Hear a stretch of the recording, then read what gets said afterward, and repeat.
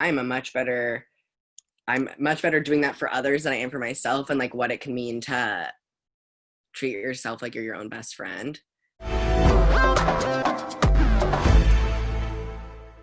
Hello friends, I'm here today with my teammate Silas.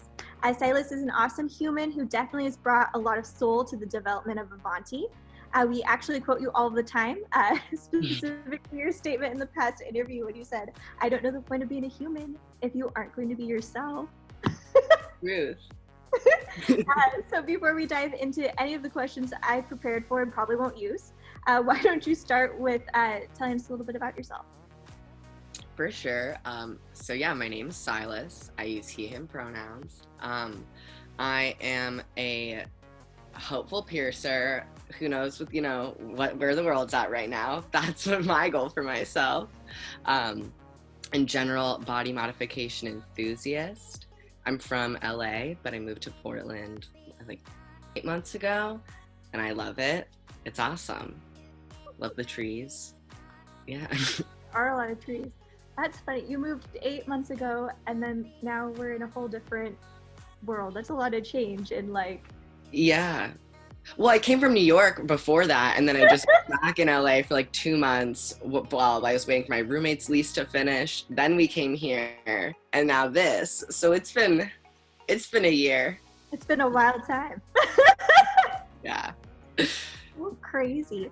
I've asking everybody who's moved, what's it like, between East Coast and West Coast?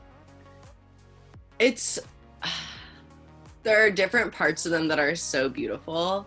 There's this lyric in this song, Tennessee, by this artist, P.S. Eliot, that I think of all the time. And she says, "I've got a West Coast heart and an East Coast mentality."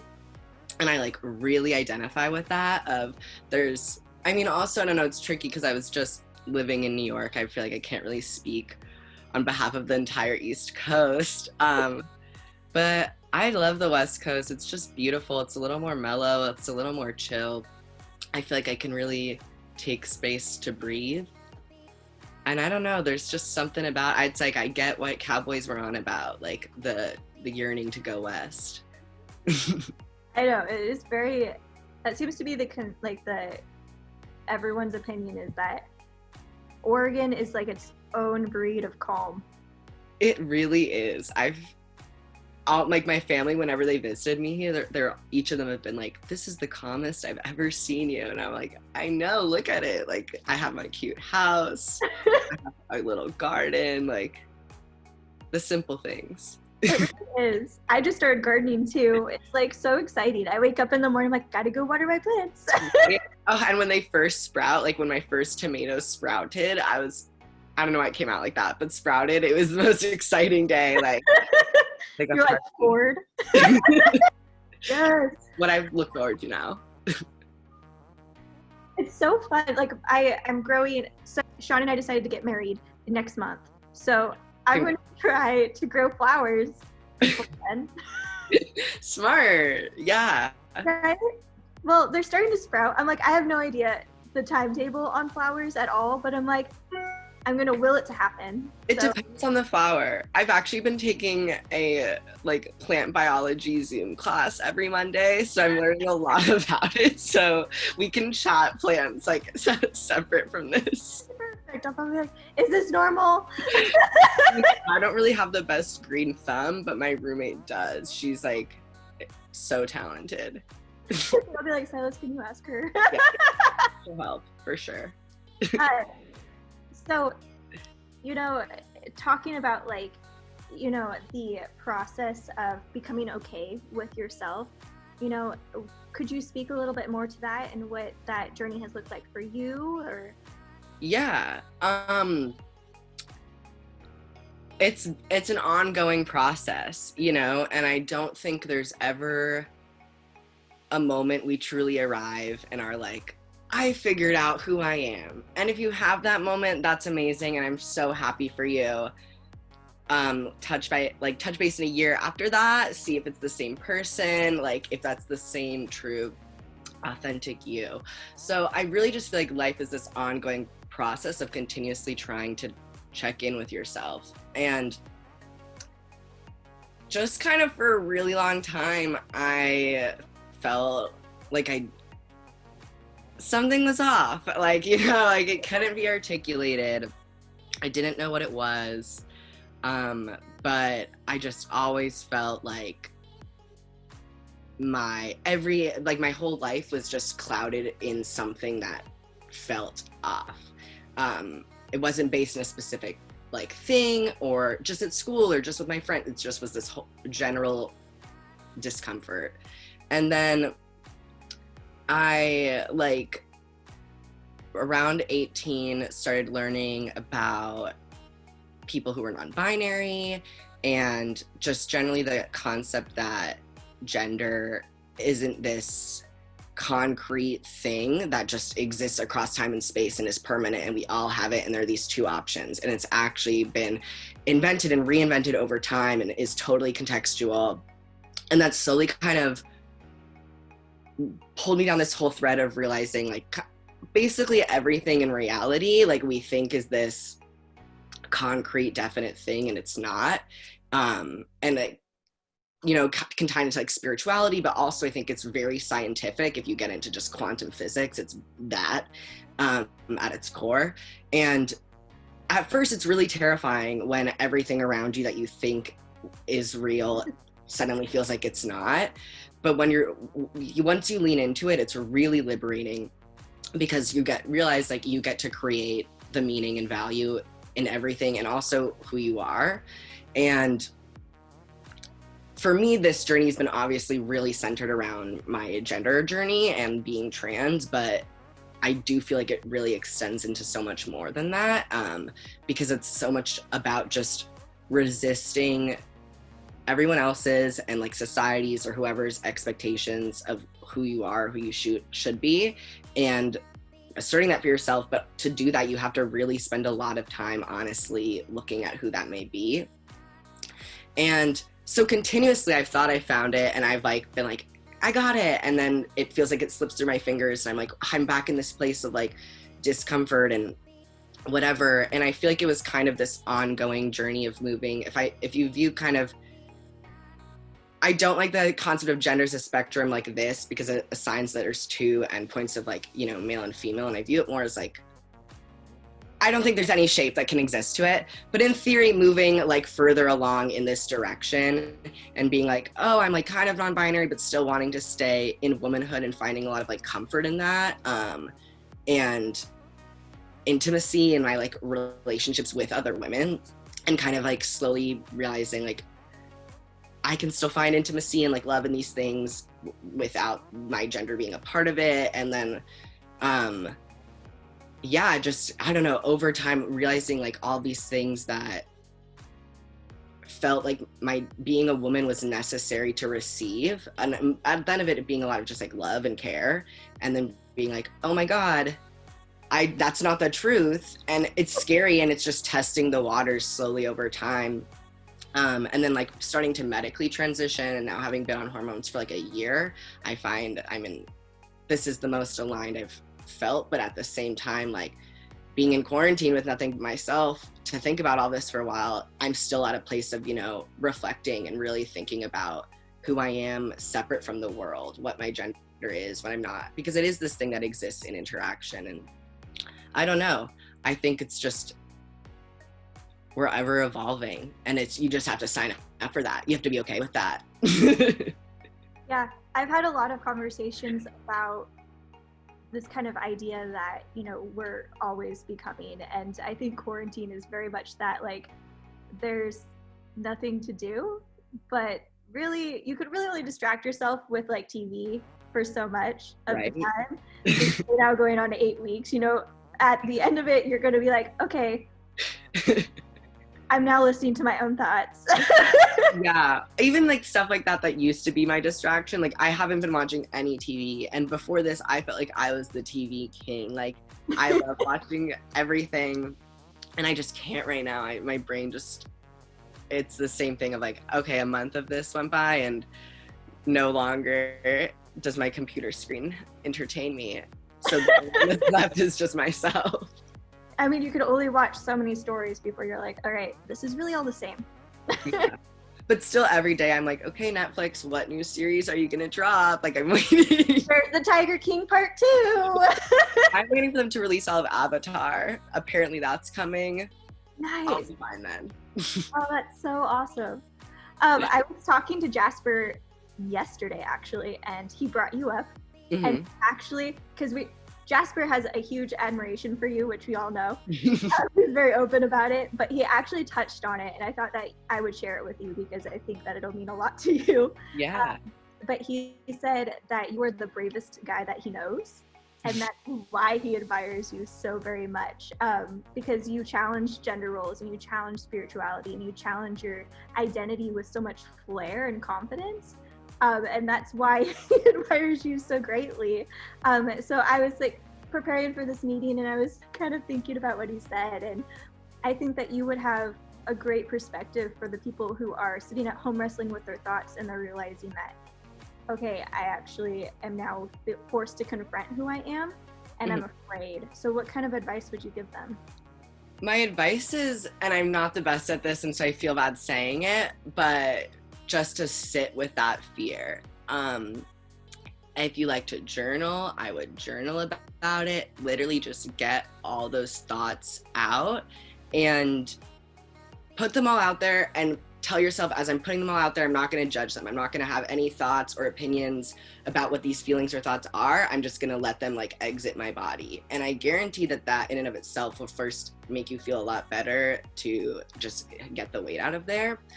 If you have any loved ones that you feel comfortable talking to about it, or you can confide in, I recommend doing so. I feel like conversations with my close friends who can hold space for me to just think things through, or like almost exist as a wall for me to just bounce my own thoughts back off of. I've reached a lot of really enlightening conclusions about myself that way. I think it's just really important to get it outside of you, whatever that may mean, because when it exists only internally, it just gets like, it's just gonna frenzy. And knowing that whatever you're feeling is okay, and if you don't feel it's okay, I'm telling you it's okay. I believe it's okay for you.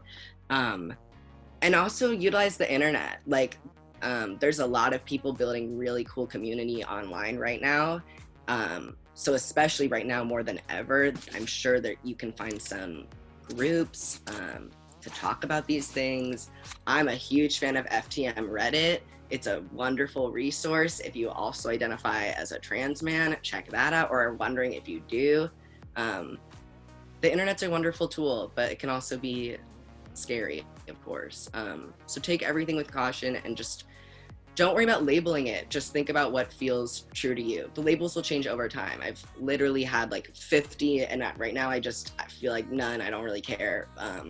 Well, words are words. I know who I am. I know the journey that I'm on, and there's a community that uses a general label that I can find a reflection of myself in. But as a personal label, words are just words. Don't worry about that. Just try to focus on what feels right and feeling good, or what feels wrong, and then you can go by process of elimination. That's kind of more what worked for me. This narrative of like, I knew who I was.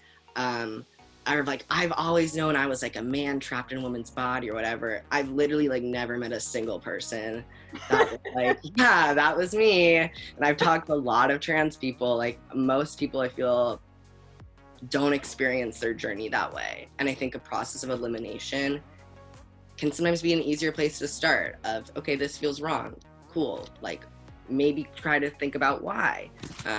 If that's too hard, then that's fine. Just avoid it. But just honor your feelings and don't judge them. I think that's great advice. I know it's worked with me having anxiety and OCD, is I get a lot of intrusive thoughts like all of the time. Oh yeah.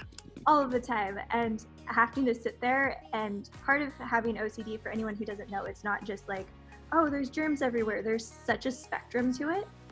And the thoughts create anxiety, which leads to a compulsion, which is why you see people washing their hands and things like that, is they're literally washing away their thoughts.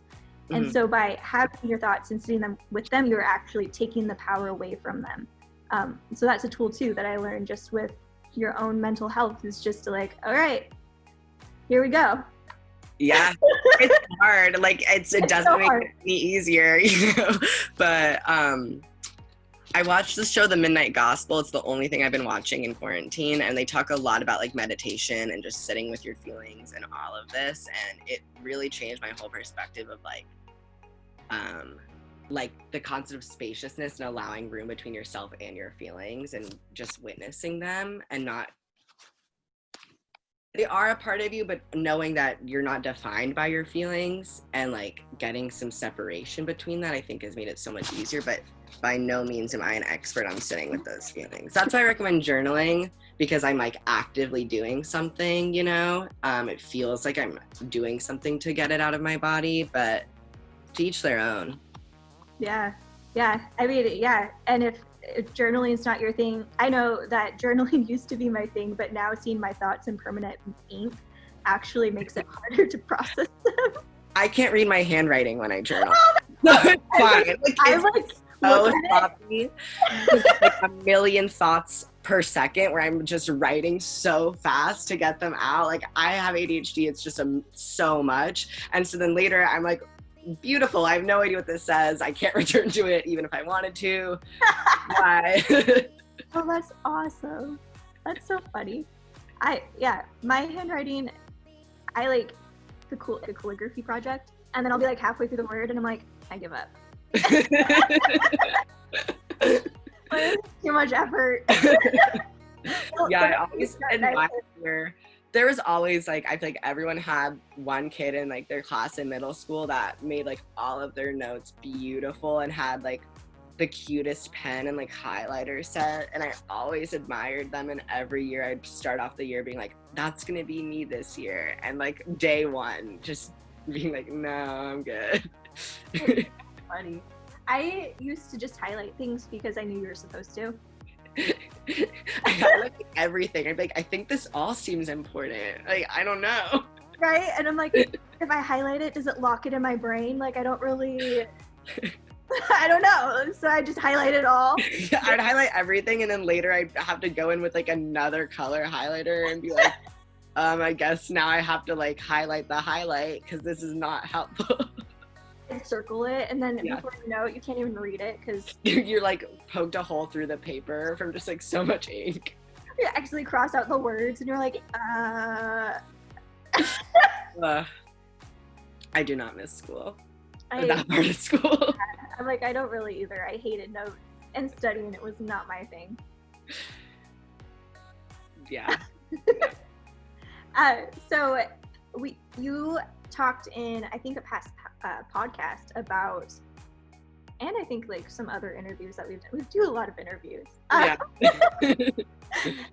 Was that you wanted to get piercings and tattoos based off of your first experience going to a tattoo parlor and seeing your definition of what cool looks like.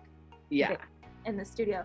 And what I'm curious about is did making, so I guess we all have preconceived notions of what it means to be a modified person. Mm-hmm. That may or may not live up to the reality or the truth of what it means to be a modified person.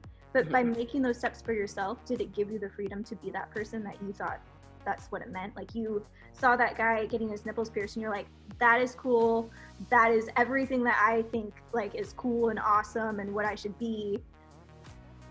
Even though it's not a fulfilling thing in itself, then you did it, or I don't know if you've done it, but you know, you got pierced and you're like, okay, this is now like, I am now this person. Yeah, I don't know if it was so much of like I am now this person. I feel like I felt like I wanted it to be, but I was still this like dweeby, like 14-year-old in this like tattoo and piercing parlor with my mom. Like, you know what I mean? And I remember like wanting to look so cool, and I only had like, I wanted like a cool flannel to wear, but I only like my brother's clothes. I mean, I wore my brother's clothes always, but I was just like, yeah, this is cool. This is what's sick. And it was just like these giant oversized clothes that didn't fit me. And I was like, plaid, that's good. That's alternative. But I do feel like what it really shifted was, I feel like I had the unfortunate preconceived notion of like modified people not being very nice, or just like, seeming really intimidating. And then I went there and everyone was so warm and friendly and sweet, and like it felt communal. And I think that was like what was so remarkable about that guy who's getting his nipples pierced, is that like everyone who was there in the shop, I mean, it was just the people working there and like him and his partner and my mom and I, but we were all invested in his journey.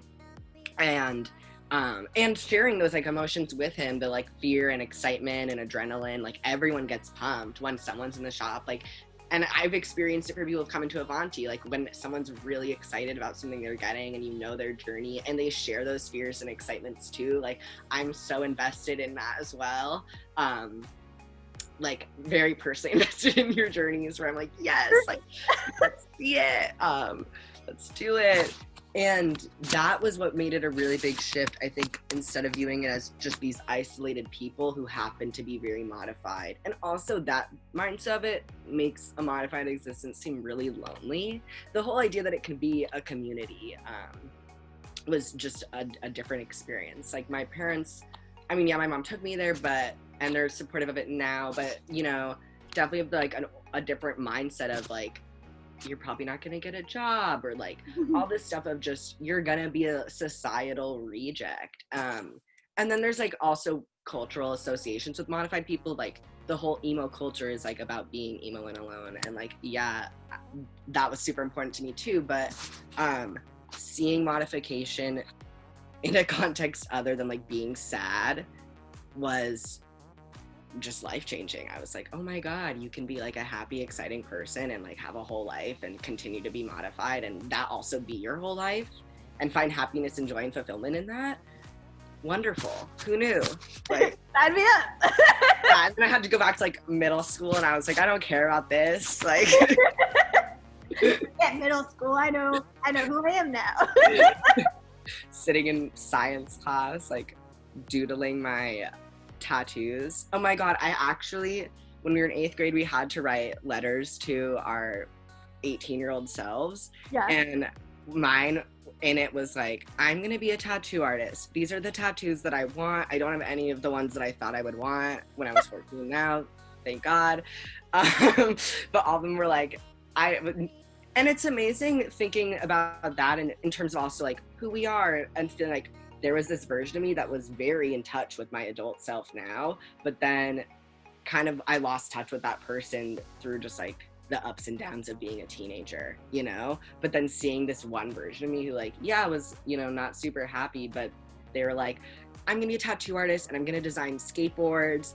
Like, here's what I'm on about. Like, and then 18-year-old me, who was not at all similar to that, saw it and was so embarrassed and was like cringing. And then now 23-year-old me is like, no, you're amazing. You got this.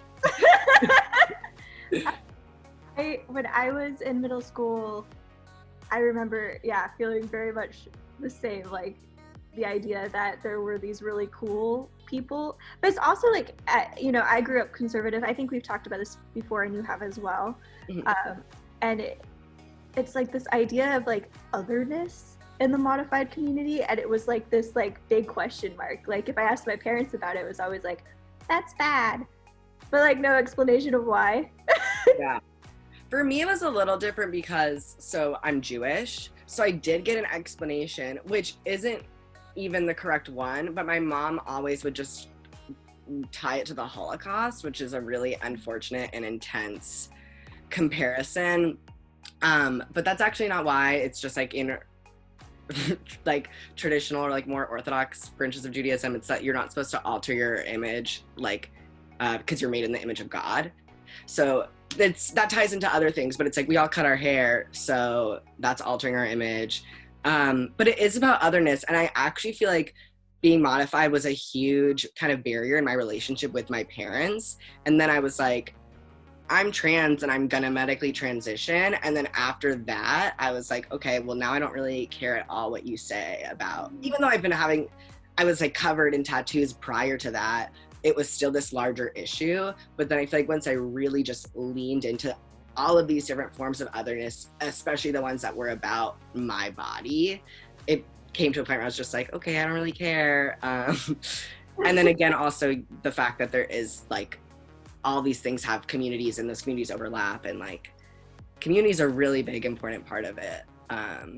And in all otherness in general, I feel like so much of otherness is just portrayed again as this minority. And when you realize that even if you are the minority, there's large numbers of you that exist together, and there's power in people, it opens up a whole new world.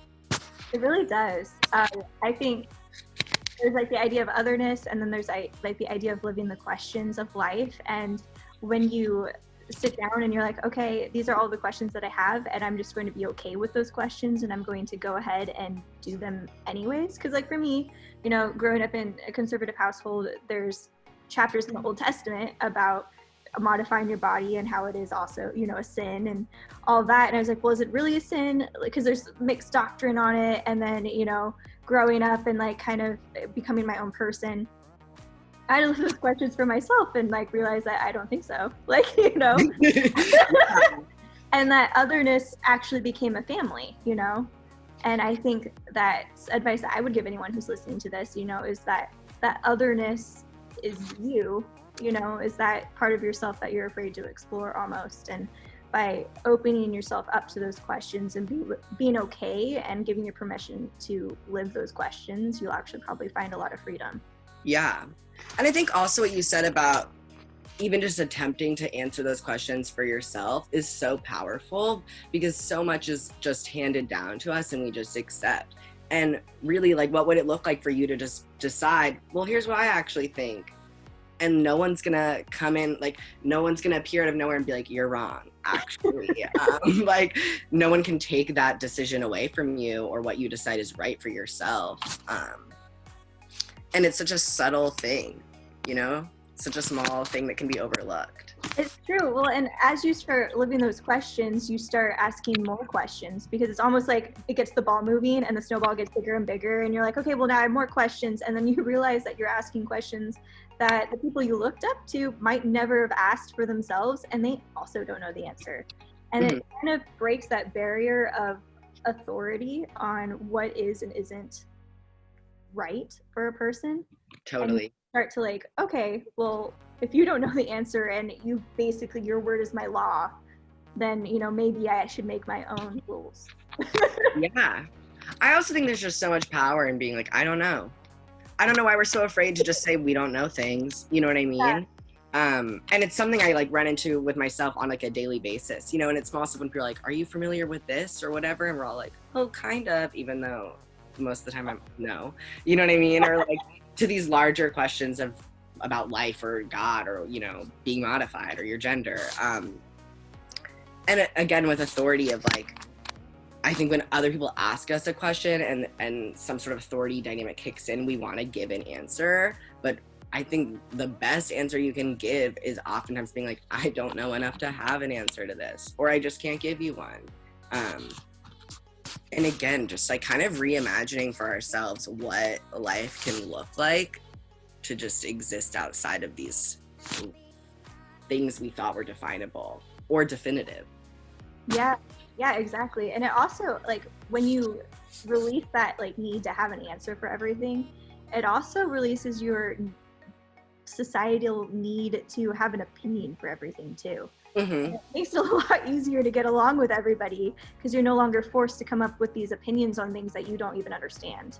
Yeah, definitely. And also understanding that, like, I don't know, it changed a lot of my relationship dynamics too, realizing like I don't need to know the answers or have answers to everything. And like with other people, or like, I'm having a hard time articulating this. But yeah, I guess it's just going off of what you said, especially with like strangers that I don't know too, or like when you meet someone, they're kind of hostile or whatever, and really just reminding yourself like we're all just existing in this giant chaotic scramble that is this universe, and none of us really know anything. I have a lot more patience, you know? I do too. I have a lot more patience. And I think I was picking up maybe with where you're going with the friends concept is my friendships have gotten stronger, because when they come to me for advice, it's no longer like lecturing, because you know, we learn relationship from our parents, and our first major relationship, whether it's a positive or a negative one, is with your parental figure. Mm-hmm. And that involves some sort of lecturing in one way or the other. And so as you're building like social connections with friends and they're like, should I do this? You're like, no, you can't do this because this is wrong. Or yes, you can do this because this is the right thing because my mom said, you know? And by releasing that need, what I found is my friends will come to me and they're like, I did this thing. And I'm like, okay, how do you feel about it? Mm-hmm. And that's a huge shift that I've seen just becoming 24. Right? Going from a feelings place first, or being like, I think that's the best question. Anyone listening, if you take a piece of advice from this at all, in all your relationships, when they talk about anything, I really think off the get-go, first question is just, how are you feeling about it? That's the best advice I can offer anyone ever, no matter what relationship dynamic it is. And especially right now, in the current state of the world where everything is so scary, I think the best thing we can do is just try to get more in touch with our emotions. That's the best I've been able to do, and I'm trying to do in all of this. And like, yeah, same for everyone else. You're so right, though. That's exactly what I was trying to say with the parent and then the friend thing. Like, you got it, telepathy. It's like I'm picking up what you're putting down. I mean, that's something that we're in a similar stage of life, being in our early 20s, you know, socially, like sociologically speaking, psychologically speaking. I'm like thinking the stages of development. Yeah. I'm like, that's definitely a big one that I've noticed, is that like shift from, I don't want to call it condescending, but it's a shift from like black and white to, okay, there's a lot more gray in the world and there's more perspectives than I thought. And there's a lot of like valid in everyone's opinion, you know? And so just kind of honoring that, and especially in light of COVID, when there's like so many feelings about it, and it's just like, hey, if you're upset about it, that's okay. If you're afraid, that's okay. If you're indifferent, that's okay. You know, all that matters is that, I guess the best thing you can do for anyone who's coming to you with a problem is help them identify their own feelings and give them a safe space to identify those. Yeah, I agree. And that's like a really powerful, beautiful tool, you know? And also to try to do that for yourself. Yeah. I know that's something like I am realizing in the context of COVID is like, I'm much better doing that for others than I am for myself, and like what it can mean to treat yourself like you're your own best friend and sit in those questions and those feelings. Just in the past few weeks, I've really been like, wow, emotions are so powerful and like truly are gonna be what save the universe. And it's just a wild thing to realize and sit with, and like realizing we're all in, I mean, I'm sure not everyone is thinking about this right now, but in theory, we're all going through this right now, and like realizing this together and being forced to confront our feelings together. Yeah, it's felt like a very like one worldness, you know, like there's not, you know, before it was like, oh, this celebrity's doing this, and yes, there's some of that still, but a lot of it is like the politicians, they don't know what they're doing. The doctors, they don't know what they're doing. Lawyers, none of us know. Celebrities, they're like Madonna's like, I'm gonna go outside and breathe the COVID air, and I'm like, okay, you know, you do you. Nobody knows any more than anybody else, and that's a very refreshing thing to see in the world that I hope is taken forward past the pandemic. Status has definitely been stripped away. We're all unemployed. We're all, the jobs that we thought were like jobs that you get if you can't be successful in a business office, you know, are now the lifeblood of the world. They deserve so much more than what they're getting. I'm like, I hope when this is all over that everyone, you know, treats them with the respect that they deserve as fellow humans, really, and for like keeping us together during this time. Well, that's what's like, I mean, obviously I'm hesitant to use the word exciting in this time, but what is exciting about all this is the idea that we can like really reimagine a lot going forward. And as scary as that is, and the more time we spend in it, the more opportunity for reinvention we have.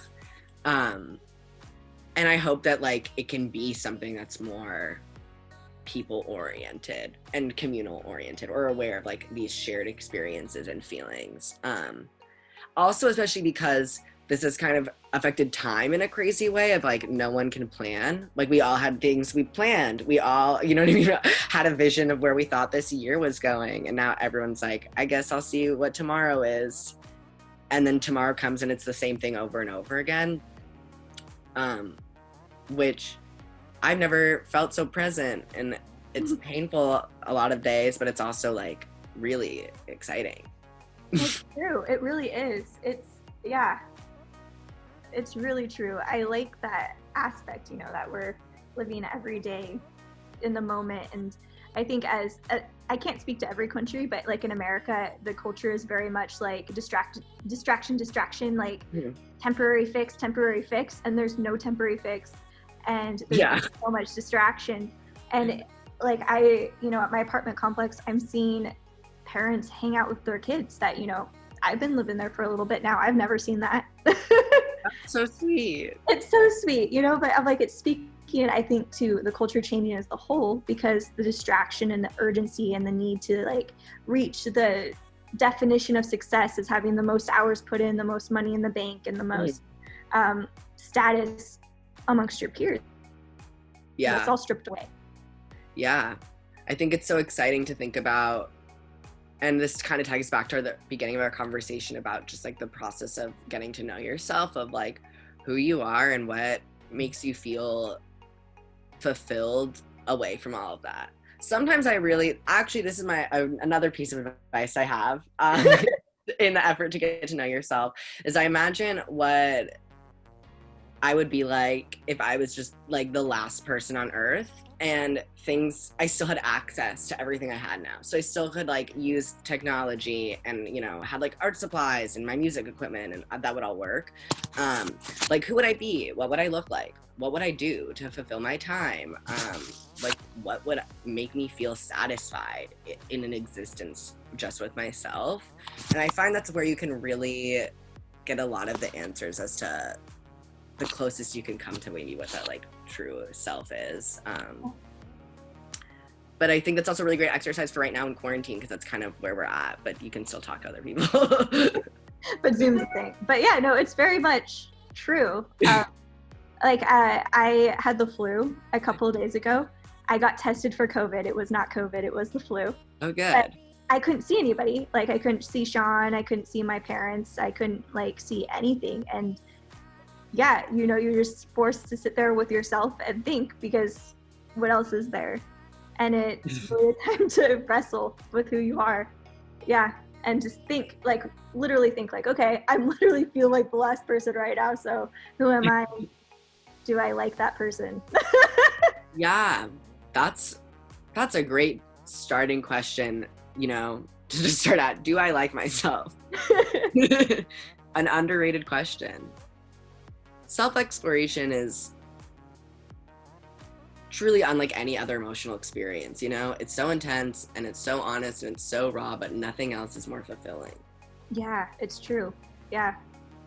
Well, thank you so much for your time today. Of course, thank you. I'm excited to see you when this is over. I know, me too. And congrats on the sooner marriage. I know, I'm like kind of excited about it. I was like, it was going to be December and now it's in 37 days. So exciting. I'll be counting down. Yes. Well, have a great rest of your day. You too. Bye. Bye.